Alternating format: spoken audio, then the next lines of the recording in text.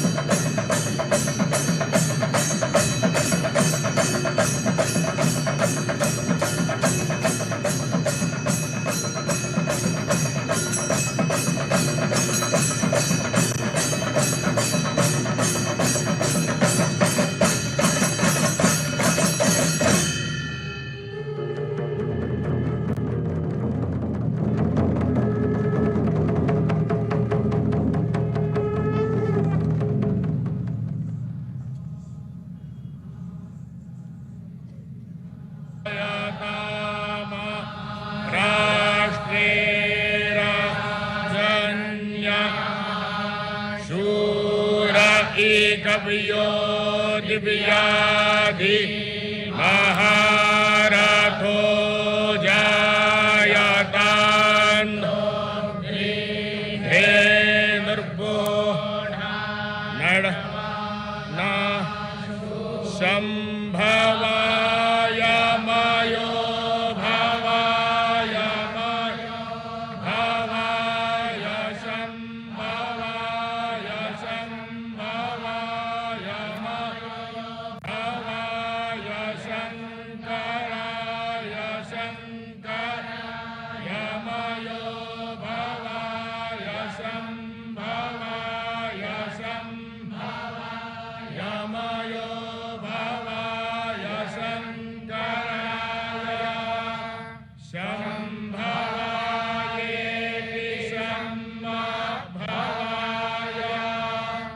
संभवाय शंकराय शंकराय मयो भवाय शंकराय मयस्कराय मयहतराय शंकराय मयो भवाय शंकराय मयस्कराय मयो भवायेति मयः भवाय शंकराय मयस्कराय मयहतराय शंकराय शंकराय मयस्कराय शिवाय शिवाय मयहतराय शंकराय शंकराय मयस्कराय शिवाय शंकरायेति संमकराय मयस्कराय शिवाय शिवाय मयहतराय मयस्कराय शिवाय शिवतराय शिवतराय शिवाय मयहतराय मयस्कराय शिवाय शिवतराय मयहतरायेति मयहतराय शिवाय शिवतराय शिवतराय शिवाय शिवतराय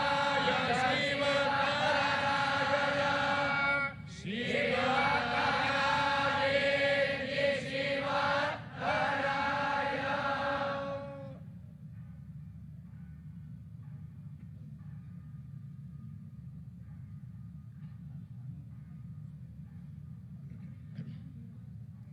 आनो भद्राः क्रतवो जन्तु भविष्यतो दग्धासो अपरीकास उद्भिदाः देवानो यथा विद्वेधे असन्नपरायुः रक्षितारो दिवे दिवे देवानां भद्रासु मतिर्रेजुयतां देवानाग्मुरादि अभिनो निवर्ततां देवानाग्मुसख्यमुपसेदिमाभयं देवान आयुः प्रतिरन्तु जीवसे तान्मूर्भयानि विदाहुमहे भयम् सप्तर्षियों से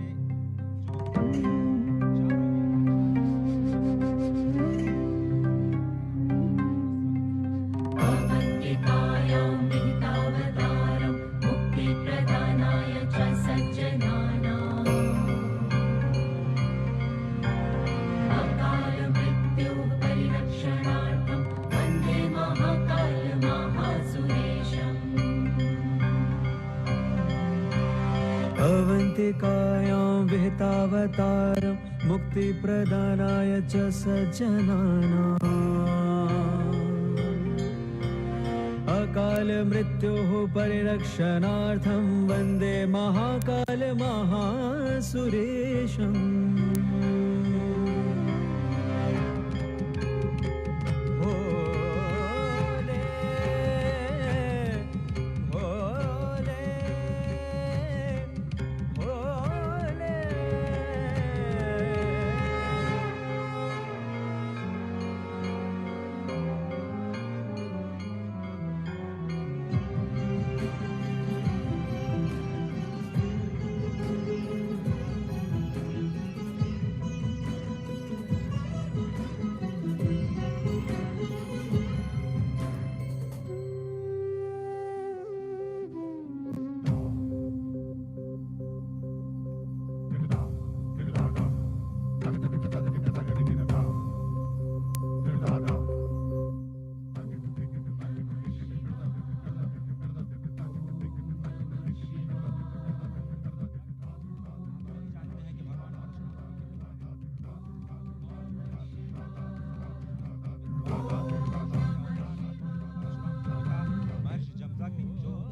महर्षियों में से एक महर्षि गौतम, महर्षि जमदग्नि, उसके बाद महर्षि विश्वामित्र, जिन्हें कहा जाता है कि वो गायत्री मंत्र के दृष्टा हैं और आनुवांशिक विज्ञान और अस्त्र शस्त्र की विद्या के ज्ञाता, और यही भारत जिसे पहले विश्वगुरु के नाम से जाना जाता था। उसके बाद महर्षि भारद्वाज, जो स्वयं देवगुरु बृहस्पति के पुत्र हैं, ऋग्वेद के छठे मंडल के दृष्टा हैं, और भारद्वाज स्मृति, भारद्वाज संहिता और जो विज्ञान शास्त्र है उसके रचयिता हैं।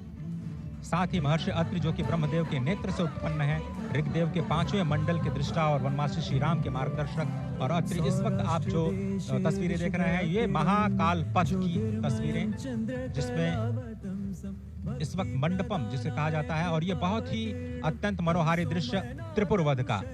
त्रिपुर एक महान दानव, जिसे भगवान श्री शिव ने एक ही बाण में त्रिपुरासुर का वध किया, और इस रथ का संचालन स्वयं श्री ब्रह्मा जी ने किया था। ये इस अत्यंत मनोहारी दृश्य के माध्यम से आपको त्रिपुर वध की जो कथा है वो आप तक पहुंच रही है। बेहद विहंगम मनोहारी दृश्य, जैसा कि आपने कहा, इससे पहले हमने देखा कि सप्तऋषियों के दर्शन किए, त्रिपुरासुर संहार का जो संकल्प भगवान शिव ने लिया था उसके उन्होंने दर्शन किए, और इस समय प्रधानमंत्री नरेंद्र मोदी सप्तर्षि मंडल में ही हैं, जहां पर, और साथ ही साथ इस पूरे अगर देखें महालोक को, तो अलग अलग क्षेत्रों में 900 मीटर से ज़्यादा ये लंबा विस्तीर्ण क्षेत्र है, जहां पर अलग अलग शिवपुराण से संबंधित जो कथाएं हैं उनका लोकार्पण किया गया है। त्रिपुर सुर संहार की अगर कथा की बात करें, तो ब्रह्मा ने जब ताड़कासुर के तीनों पुत्रों को 3 पुर दे दिए और त्रिपुर राक्षस असुर के रूप में जाने लगे, और जब उनसे समूची मानवता क्लांत हो गई, तो ये दृश्य इस समय देख रहे हैं कि प्रधानमंत्री नरेंद्र मोदी उसका अवलोकन कर रहे हैं। तो उसे मोक्ष प्रदान करने के लिए एक विशेष रथ के रूप में और विशेष अस्त्र के रूप में त्रिपुरासुर संहार करने के लिए भगवान शिव ने अवतार लिया, जिसमें उनके रथ के रूप में, सारथी के रूप में स्वयं ब्रह्मा थे, सूर्य और चंद्र जिसके पहिए थे, मेरु पर्वत उनकी धनुष थी, सर्पराज वासुकी उनकी प्रत्यंचा थे, अग्नि वायु विष्णुदेव और यमदेव उनके बाण थे, और सबसे बड़ी बात, इस दुष्कर और दुसाध्य कार्य के लिए भगवान शिव ने उज्जैन का ही चयन किया।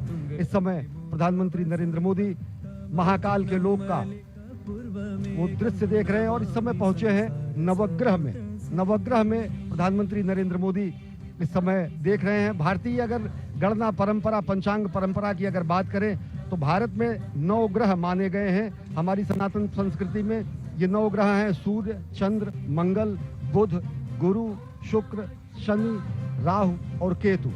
कालांतर में जो विज्ञान ने भी 9 ग्रह माने, उनमें चंद्रमा उपग्रह के रूप में रहा और सूर्य तारा के रूप में रहा, लेकिन नवग्रह के रूप में हमारी जो सनातन संस्कृति की जो गणनाएं रही, उसका भी यहाँ पर बहुत शानदार वर्णन और विवेचन किया गया। और ये जो आप नयनाभिराम अप्रतिम दृश्य देख रहे हैं अजय, देखें तो किस तरीके से रक्षा सूत्र में बना हुआ भगवान शिव का ये शिवलिंग यहाँ पर रखा गया है। और निश्चित तौर से इसके पीछे की जो अवधारणा होगी कि एकता के सूत्र में हम समूचे देश को बांधे, धर्म, धर्मांतर, मत, मतांतर को किनारे रखते हुए एक रक्षा सूत्र के रूप में यहाँ पर उपस्थित भगवान शिव का ये महालिंग ये बताता है कि किस तरीके से हम राष्ट्र की एकता के लिए, राष्ट्र को एकता के सूत्र में बांधने के लिए हम तत्पर हैं। क्योंकि ये पूरा का पूरा जिस शिवलिंग का लोकार्पण करते समय प्रधानमंत्री नरेंद्र मोदी ने विश्वार्पण लोकार्पण किया, वो रक्षा सूत्र से बना हुआ है। और रक्षा सूत्र से बनने का अर्थ यही है कि हम एकता के सूत्र में बंधे, क्योंकि अलग अलग तंतु जब एक हो जाते हैं तो रक्षा बनती है, और वो रक्षा सूत्र निश्चित तौर से लोगों की रक्षा के लिए होती है। और साथ ही साथ अगर देखें अजय, तो ये भारत के विश्व के मस्तक पर, विश्व के क्षितिज पर नए भारत के अभ्युदय का सीधा प्रमाण है। पूरी दुनिया देख रही कि किस तरीके से भारत भारतीयता को अपने में समेटे, नित नूतन और चिर पुरातन विरासत के साथ विकास के मंत्र को लेकर प्रधानमंत्री नरेंद्र मोदी नए भारत का अभ्युदय कर रहे हैं, नए भारत का निर्माण कर रहे हैं, नए भारत की संकल्पना को साकार कर रहे हैं। और इस समय प्रधानमंत्री नरेंद्र मोदी इस 900 मीटर से ज्यादा लंबे महाकाल कॉरिडोर जिसे कहा जाता है, और जिसे कहा जाता है महाकाल का लोक, महाकाल के लोक का महालोकार्पण करने के बाद अब प्रधानमंत्री नरेंद्र मोदी जा रहे हैं इस पूरे विस्तीर्ण क्षेत्र का भ्रमण करने के लिए। और सबसे बड़ी बात अजय, जैसा आपने बताया था कि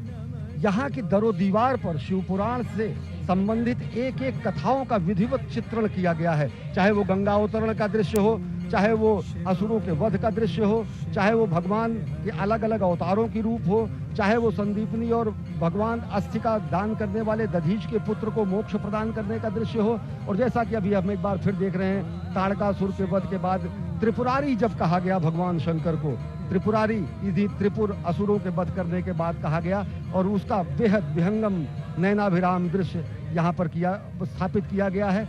भगवान गणेश की मूर्ति, भगवान कार्तिकेय की मूर्ति, माता पार्वती, भगवान शंकर, यानी कि भगवान शंकर का समूचा दरबार और परिवार यहाँ पर स्थापित है महाकाल के इस महाप्रांगण में। अजय, तो ये शिव वाटिका जो इस वक्त आप देख रहे हैं, ये त्रिपुरारी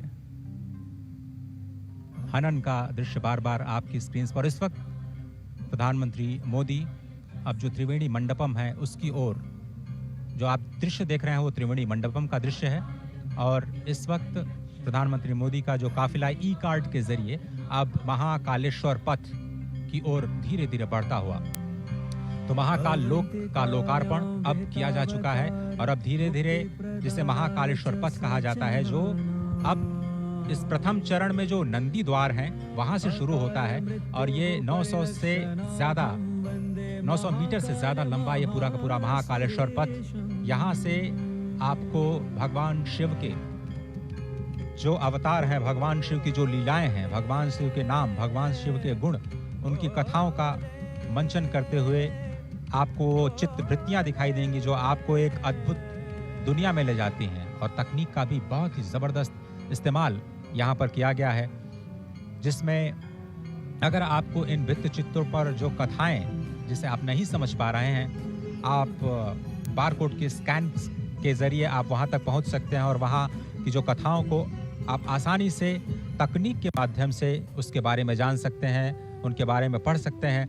तो तकनीक का इस्तेमाल युवाओं को लुभाने की कोशिश सभी लोग सभी पर्यटकों को आकर्षित करने की कोशिश महाकालेश्वर पथ। और इस वक्त आप देख रहे हैं कि प्रधानमंत्री मोदी कैसे हर एक चरण के जो हर एक आयाम है उनका अवलोकन करते हुए, और मुख्यमंत्री इस वक्त उनकी मदद करते हुए इस पूरे के पूरे महाकाल लोक के अलग अलग जो आयाम हैं, अलग अलग जो प्रतिष्ठाएं हैं, उनके बारे में बताते हुए, और इस वक्त आप देख रहे हैं कि धीरे धीरे वो महाकालेश्वर पथ की ओर जाते हुए अब यही पथ आपको सीधे महाकाल के मंदिर के मुख्य द्वार तक ले जाएगा, जहां पर आप अपनी पूजा अर्चना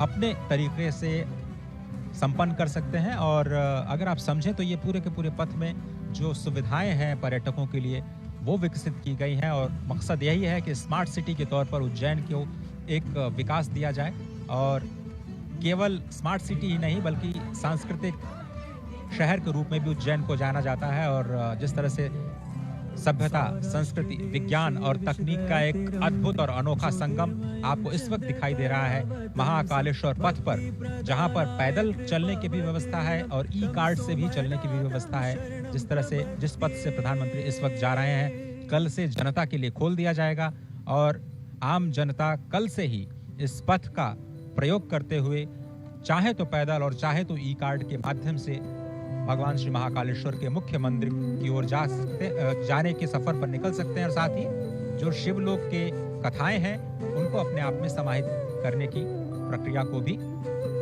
समझ सकते हैं, जान सकते हैं। निश्चित तौर से अजय अगर देखें तो ये अकल्पनीय दृश्य है। जिस तरीके से रुद्र सागर का पुनरुद्धार हुआ, जिस तरीके से रुद्र सागर को विस्तार दिया गया, जिस तरीके से रुद्र सागर का विस्तारीकरण करने के बाद सौंदर्यीकरण किया गया, उस तरीके से ये सही मायने में अगर देखें तो अद्वितीय है, अतुलनीय है, अप्रतिम है, अनुपम है। और ये जो छटा आप देख रहे हैं, इस समय देश देशांतर के अनेक मनीषी, महामंडलेश्वर और साथ ही साथ सनातन संस्कृति के ध्वजवाहक यहाँ पर साक्षी बन रहे हैं। महाकाल की इस धरती पर असंख्य देव और साथ ही साथ अन्य लोगों के साथ जो चराचर में व्याप्त है। निश्चित तौर से अगर देखें तो ये सनातन संस्कृति की धर्म ध्वजा का विश्व के पटल पर लहराने जैसा है। और साथ ही साथ अगर देखें तो ये एक स्वप्नद्रष्टा की साधना के सफल होने का परिणाम है। अजय देखें तो संकल्प से सिद्धि का परिणाम है। ये राष्ट्र सेवक की साधना का ये कर्मफल है, और साथ ही साथ कर्मयोगी प्रधानमंत्री नरेंद्र मोदी के दिशा निर्देशन में बना हुआ ये महाकाल का लोक आदि योगी को दी गई सही और सच्चे मायने की कार्यांजलि है। पुष्पांजलि अर्पित की उन्होंने अभी महाकाल के दरबार में, और अब कर्तव्य परायण स्वरूप में कार्यांजलि अर्पित कर रहे हैं सनातन संस्कृति के दिव्य प्रकाश स्तंभ के रूप में, जो कि महाकाल के महालोक के रूप में आज जिसका लोकार्पण किया गया है। एक और बहुत ही महत्वपूर्ण जानकारी जो मैं आप सभी के साथ साझा करना चाहता हूँ अश्विनी, वो ये कि आप इस वक्त जो दृश्य अपने टीवी स्क्रीन पर देख रहे हैं वो भारत का पहला नाइट गार्डन है। ये भारत का सबसे लंबा टेम्पल कॉरिडोर है, जिसे आप महाकालेश्वर पथ के तौर पर अब आज से जानेंगे। महाकाल लोक का ये महाकालेश्वर पथ इस वक्त भारत का सबसे लंबा कॉरिडोर, काशी कॉरिडोर भी आपने देखा, वो 300 मीटर करीब उससे 3 गुना ये जो लंबाई है। और इस वक्त जो दीवारों पर जो कथाएं चित्रित की गई हैं वो कैसे उकेरी गई हैं, और कैसे सभी संतों से, सभी महर्षियों से विचार विमर्श करने के बाद किन श्लोकों को वहां पर उद्धृत किया जाना है। और इस पूरे के पूरे जो आपको दीवार दिख रही है वो 25 मीटर ऊंची, उसमें आधे किलोमीटर यानी 500 मीटर का जो हिस्सा है वो शिव पार्वती के विवाह के संबंध से जुड़ी हुई कथाओं के लेकर के समेटे हुए हैं। और अजय सबसे बड़ी बात आपने ये भी बताई, दर्शकों को अपनी रिपोर्ट में भी दिखाया कि किस तरीके से ये पुरातन और नवीन का संगम भी है। इन सभी भित्ति चित्रों पर उससे संदर्भित एक बारकोड लगाया गया है। उस बारकोड को कोई भी श्रद्धालु, कोई भी दर्शनार्थी आके उसको स्कैन कर सकता है, और अगर जब वो स्कैन करेगा तो सीधे वो वेब संजाल के वेब पेज के उस वेब पेज पर पहुंच जाएगा, जो कि जहां पर उससे संदर्भित कथा कही गई है। तो पूरा का पूरा शिव पुराण के पुरातन स्वरूप को नवीनतम रूप में व्याख्यायित करते हुए, और ये 108 स्तंभों की जो ये वलयावली है, जो ये अहोरात्र चलने वाला महायज्ञ जैसा है, जो असंख्य दीपों से सुसज्जित इस समय उज्जैनी है, निश्चित तौर से अगर इसका साक्षी बनने के लिए हम आप और साथ ही साथ ये समूचे सनातन संस्कृति के लोग धन्य हैं, क्योंकि ये एक तरीके से कायांतरण है। ये महालोक का निर्माण समूचे उज्जैन और उस परिसर का कायांतरण है, रूपांतरण है, जो नयनाभिराम स्वरूप में आप देख रहे हैं। अजय, तो स्वागत है आप सभी का भारत के पहले नाइट गार्डन में। इस वक्त जो आप तस्वीरें देख रहे हैं, श्री महाकाल लोक के नाइट गार्डन में भगवान शिव की लीलाओं पर आधारित ऐसी 190 मूर्तियां स्थापित की जानी हैं। 2 चरणों में ये कार्यक्रम संपन्न होना है। अभी तो सिर्फ पहला चरण पूरा हुआ है। स्मार्ट सिटी परियोजना के तहत उज्जैन को विकसित करने की ये जो योजना है, उसके दूसरे चरण का कार्य मार्च 2024 तक पूरा होने की संभावना, उम्मीद जताई जा रही है। जैसा कि अभी आपने सुना, 108 स्तंभ स्थापित किए गए हैं, जिसमें भगवान शिव और उनके गढ़ों की विभिन्न मुद्राएं बनी हुई हैं। और आप देखें, स्वयं महाकाल के रूप में जो लोक कलाकार हैं, और 750 से ज्यादा लोक कलाकार देश के अलग अलग हिस्सों से अपने कार्यक्रम का, सांस्कृतिक कार्यक्रम को प्रदर्शित करते हुए इस वक्त आपकी टेलीविजन स्क्रीन पर नजर आ रहे हैं। श्री महाकाल लोक में 18 फीट की 8 प्रतिमाएं हैं, जिसमें नटराज, भगवान शिव के पुत्र गणेश और कार्तिकेय, दत्तात्रेय अवतार, पंचमुखी हनुमान, चंद्रशेखर महादेव की कहानी, शिव और सती और समुद्र मंथन जैसे विहंगम दृश्य शामिल हैं। उसके बाद थोड़ी सी उससे कम ऊंची 15 फीट की जो प्रतिमाएं हैं, उनकी संख्या 23 है, जिसमें आपको शिव के तांडव नृत्य का एक तरह से अवलोकन करने को मिलेगा। और ये जो आप देख रहे हैं मूर्ति, वो भगवान शिव के विवाह की जो झांकी है वो दिखा रही है। और इसके साथ ही जो मध्य प्रदेश की पारंपरिक लोक कला है, कैसे आप अध्यात्म के जरिए अपने आप को जोड़ पाते हैं, वो इसमें शिव नृत्य और शिव के विवाह के जो प्रसंग हैं, उनके माध्यम से भगवान शिव के लोक में आपको ले जाने की तैयारी करता हुआ ये महाकाल का लोक, जिसमें आप शिव नृत्य के साथ साथ 11 रुद्र, उनके महेश्वर अवतार, भगवान शिव के अघोर अवतार, ये आप देखें। विषपान, अमृत मंथन के बाद जो विषपान के दृश्य हैं, वो आपको दिखाई दे रहे हैं। साथ ही जो अघोर अवतार के साथ साथ काल भैरव, शरभ भैरव, खंडोबा अवतार और वीरभद्र द्वारा किया गया जो दक्ष वध है, उसकी भी मूर्तियां आपको यहाँ पर स्पष्ट तौर पर दिखाई देंगी। शिव बारात आपने देखा, उसके बाद मणिभद्र अवतार, भगवान श्री गणेश और कार्तिकेय के साथ जो पार्वती, जिसका जिक्र हमारे साथी अश्विनी जी कर रहे थे कि शिव वाटिका का निर्माण किया गया है। तो यहाँ पर 4 वाटिकाएं बनाई गई हैं, जिसका हम आपको लगातार उसके बारे में बताते रहेंगे।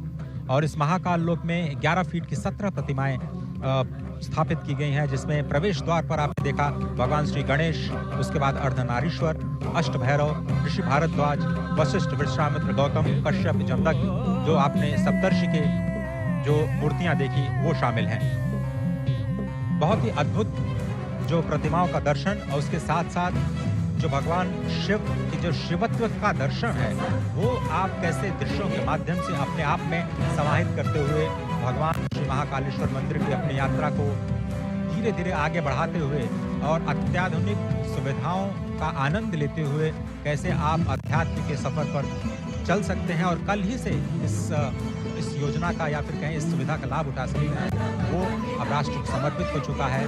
स्वागत है आप सभी का महाकाल लोक में, स्वागत है आप सभी का भारत के पहले नाइट गार्डन। ज्योतिर्मयं चंद्रकलावतंसं भक्ति प्रदानाय कृपावतीर्णं तं सोमनाथं शरणं प्रपद्ये।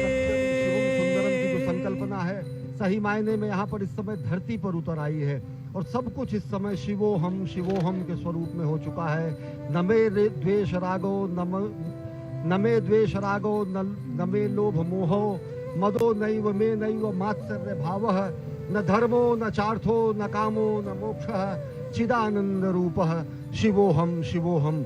अगर शिव को व्याख्यायित करने की कोशिश की जाती है तो कहा जाता है न वो द्वेष है, न राग है, न लोभ। और वह रूप जो सही मायने में आज देखें तो आज रुद्रसागर के तट पर, पुण्य सलिला क्षिप्रा के तट पर, उज्जैन नगरी में इस समय विलक्षण क्षण के हम सहभागी बन रहे हैं। हम देख रहे हैं ये नयनाभिराम दृश्य, किस तरीके से कायांतरण हुआ है, किस तरीके से रूपांतरण हुआ है, किस तरीके से कलेवर बदला हुआ है। और सही मायने में अगर देखें तो अगर एक सशक्त नेतृत्व होता है, स्पष्ट दूरगामी लक्ष्य होता है, अगर दूरदृष्टा का संधान होता है और संकल्प होता है, तो ये प्रमाण है कि किस तरीके से संकल्प की सिद्धि होती है। अजय, प्रधानमंत्री सफर को नरेंद्र जारी मोदी के रखें। दिशा निर्देशन में ये पूरा का पूरा निर्माण कार्य किया गया है मध्य प्रदेश सरकार द्वारा।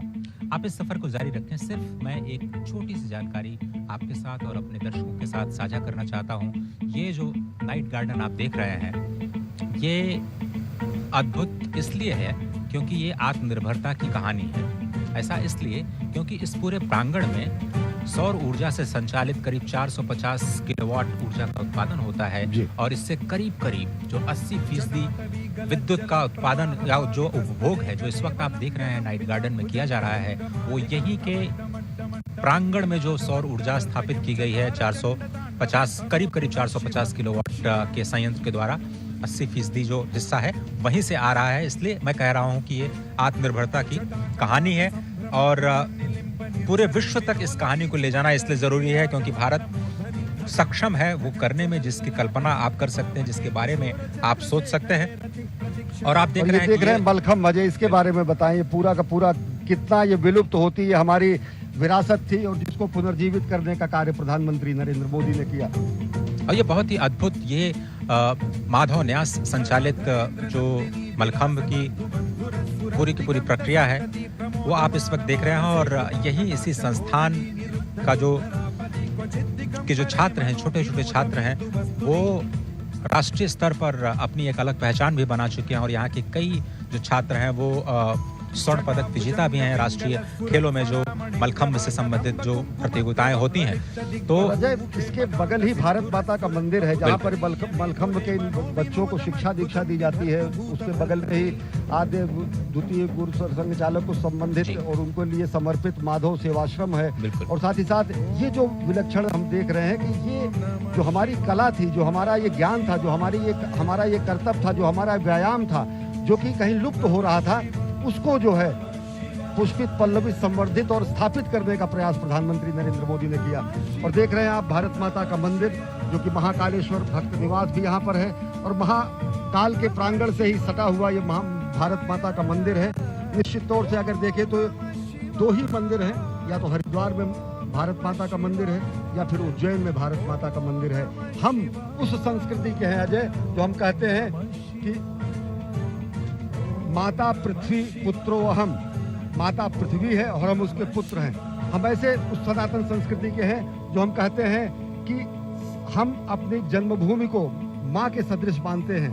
हम उस संस्कृति के हैं जो ये कहते हैं कि जननी जन्मभूमिश्च स्वर्गादपि गरीयसी। हम उस सनातन संस्कृति और भारत भूमि की पूर्ण भूमि के हैं जो कि ये बताते हैं कि जीवन का क्षण और शरीर का कण राष्ट्र के लिए समर्पित होना चाहिए। और इन्हीं ध्येय वाक्यों को आगे लेते हुए और राष्ट्र निर्माण के प्राण प्रण से जुटे हुए इस राष्ट्र साधक के संकल्पना के साकार होने का आज दिन है, स्वप्न दृष्टा के स्वप्न के साकार होने का दिन है। ये विहंगम दृश्य खुद बताता है कि किस तरीके से पूरा का पूरा इस परिसर का कायांतरण हुआ है, रूपांतरण हुआ है, दिव्य अलौकिक छटा मिली है।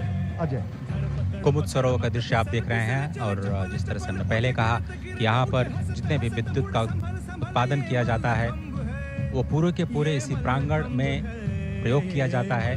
ऊर्जा के उत्पादन के लिहाज से 80% आत्मनिर्भरता प्राप्त की जा चुकी है। और बहुत ही समझना इसलिए भी आवश्यक है एक और बात कि सुरक्षा की दृष्टि से भी जो तकनीक का इस्तेमाल इस पूरे प्रांगण में किया गया है वो अभूतपूर्व है। 24 घंटे यहाँ पर विशेष सर्वेलांस कैमरों के जरिए निगरानी की जा रही है क्योंकि इसमें बहुत बड़ी संख्या में लोग आने वाले हैं। अगर आप देखें जो नंदी द्वार है वहाँ से करीब 20,000 लोग एक साथ प्रवेश कर सकते हैं। महाकाल के परिसर में अगर हम समझें तो हर घंटे 1 लाख से ज्यादा लोग महाकालेश्वर के दर्शन कर सकते हैं। इतने लोगों पर निगरानी रख पाना बहुत ही मुश्किल कार्य होता है और इसीलिए हम कह रहे हैं बार बार कि आर्टिफिशियल इंटेलिजेंस का इस्तेमाल करते हुए एक बहुत ही उन्नत और अत्याधुनिक कमांड एंड कंट्रोल सेंटर बनाया गया है जिसके जरिए जो सर्वेलांस कैमरों की मदद से जो integrated command and control centre है पूरे परिसर की 24 घंटे निगरानी की जाएगी। और इस परियोजना का जो पूरा उद्देश्य है इस क्षेत्र में जो भीड़ भाड़ पहले थी उसको कम करना और किस तरह से जो विरासत संरचनाओं का संरक्षण करना और साथ ही साथ जो इस परियोजना के विस्तार के जरिए यहाँ पर पर्यटन को बढ़ावा देना है, अर्थव्यवस्था को भी बढ़ावा देना है, आत्मनिर्भरता को भी बढ़ावा देना है, समृद्धि को भी हमें दिखाना है, अपने सांस्कृतिक धरोहर को सहेजना भी है। इन सभी कार्यों का जो संगम है वो आपको इस महाकाल के इस नए लोक में इस वक्त भारत के पहले नाइट गार्डन के रूप में, एक विहंगम दृश्य के रूप में, जिसमें इस वक्त आप रुद्र सरोवर के साथ साथ महाराज विक्रमादित्य का टीले के साथ साथ आप देख रहे हैं ये दृश्य, जो आप या फिर कहें कि भारत माता के मंदिर के साथ साथ जो मंदिर का मुख्य शिखर है वो भी आपको बहुत ही आसानी से दिख रहा है। अप्रतिम विहंगम दृश्य, नयनाभिराम दृश्य। और अजय, जैसा आपने बताया कि भारत ने ही प्रधानमंत्री नरेंद्र मोदी के अध्यक्षता में और उनके नेतृत्व में इंटरनेशनल सोलर अलायंस की स्थापना की, और यहाँ इस पूरे परिसर का जो प्रकाश की व्यवस्था की गई है वो सौर ऊर्जा द्वारा संचालित है। ये होता है दूरदृष्टि और ये होता है स्वप्न दृष्टा के स्वप्न का साकार होना। निश्चित तौर से अगर देखें तो भारतीय संस्कृति और भारतीय जो संस्कृति के पुनर्स्थापना का जो ये संक्रांति काल है, इसको इस रूप में देखा जा सकता है। वास्तव में ये सांस्कृतिक पुनर्जागरण का काल है। हमने वो दौर भी देखा जब भारत भारतीयता के नाम से लोग मुंह छिपाते और मुंह चुराते हुए भी शासन करते हुए लोग दिखे, लेकिन आज गर्व से सबको अपने में एक रक्षा सूत्र के रूप में समेटे हुए भारत भारतीयता का जयगान और जय घोष करते हुए विश्व के पटल पर एक नए भारत का अभ्युदय हो रहा है, और वो प्रधानमंत्री नरेंद्र मोदी के सबल सशक्त नेतृत्व में हो रहा है। निश्चित तौर से दुनिया देख रही है भारत के नए शक्तिबोध को, दुनिया आज देख रही है भारत के नए सौंदर्य बोध को, दुनिया देख रही है आज भारत के नए अभ्युदय को।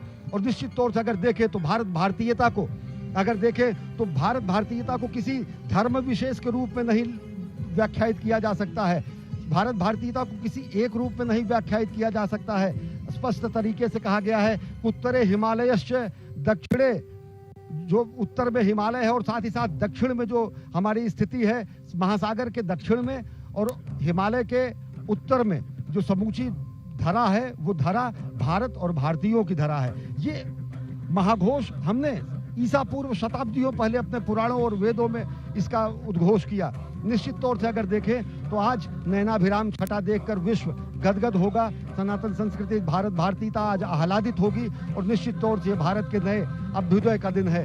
और अगर उनको चंद शब्दों में समेटे श्रद्धेय अटल जी के शब्दों में अजय, तो उन्होंने कहा कि मैं एक बिंदु परिपूर्ण सिंधु, ये रुद्र सागर के एक एक बिंदु में भी ये व्याख्या समझी जा सकती है कि किस तरीके से हमारा समाज है। हम तो एक बिंदु परिपूर्ण सिंधु, यह है मेरा हिंदू समाज, मेरा इसका संबंध अमर, मैं व्यक्ति और यह है समाज, इससे मैंने पाया तनमन, इससे मैंने पाया जीवन, मेरा तो बस कर्तव्य यही सब कुछ कर दूं इसको अर्पण, मैं तो समाज की थाती हूँ, मैं तो समाज का हूँ सेवक, मैं तो समष्टि के लिए व्यष्टि का कर सकता बलिदान अभय, तन मन हिंदू जीवन हिंदू रग रग हिंदू मेरा परिचय। मानवता के कल्याण के लिए हमने अस्थि का दान किया है। समष्टि के कल्याण के लिए व्यष्टि का बलिदान करना हमारी परंपरा रही है। समष्टि के कल्याण की प्रार्थना और अभ्यर्थना करनी हमारी सनातन संस्कृति का मूल बिंदु रहा है। और आज महाकाल के इस दरबार से, महाकाल के इस महालोक के लोकार्पण और विश्वार्पण के बाद दुनिया देख रही है कि किस तरीके से भारत और भारतीयता विश्व पटल पर नए स्वरूप में अभ्युदय हो रहा है। उसका नए नेतृत्व, सबल सशक्त नेतृत्व में भारत और भारतीयता जगत गुरु बनने की तरफ अग्रसर है। अजय, सीधा प्रसारण आप उज्जैन से देख रहे थे। इस दृश्य को क्या कहा जाए, नयनाभिराम